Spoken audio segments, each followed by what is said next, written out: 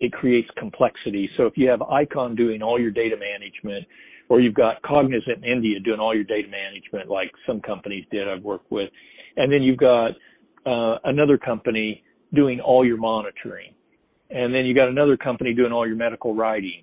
This is a lot of stuff to manage. And I remember it's been maybe 10 years ago, I think Pfizer was doing this, and I think at one point they had, I don't know, it was between 16 and 20 different service providers that were doing all of their work, and they had enough. They were the largest pharma company in doing this, but then they got a new head of R&D, and the person came in and he threw all that out and went to full service. And I knew the guy that took over it, and I knew he was a pretty smart guy, and I talked to him about it one time. He says that it's too much internal overhead to manage this kind of stuff. And from what I've seen in it, that's probably true, having worked for another really large pharma myself that did some of that. So I think full service has really kind of come back in vogue now. And maybe it's because of the way the cost structure of pharmaceutical companies is set up that we do tend to get very bloated on our head count and facilities and things like that. And if you can keep that to a minimum, like you do with when you do full service outsourcing, you can outsource a lot of studies by just putting, a quarter of a data manager on each study or something like that, or a quarter or an eighth of a statistician, because the CRO does all the interactivity and coordination between all the different functions.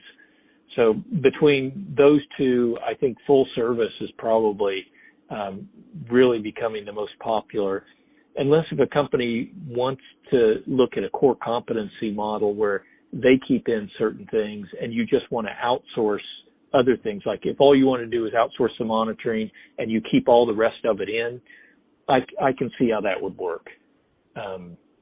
Monitoring typically drives a lot of cost internally, and it's really difficult to do because you don't want to be sending monitors, even if the U.S. trial from East Coast to West Coast, or all the travel and stuff, or most of the time now you're doing global trials anyway. So you need somebody who's already invested in the global footprint for monitoring. So that's probably one of those areas where most companies, big pharma, even mid-size, would say, I would never invest in having a whole bunch of monitors on board. So anyway, just my thought on it. It does make sense if you could functionally outsource one or two of the capabilities that you don't have internally, you'd probably be fine. So I think there's always going to be a market out there for monitors, probably always a market out there for data management and statistics and medical writing.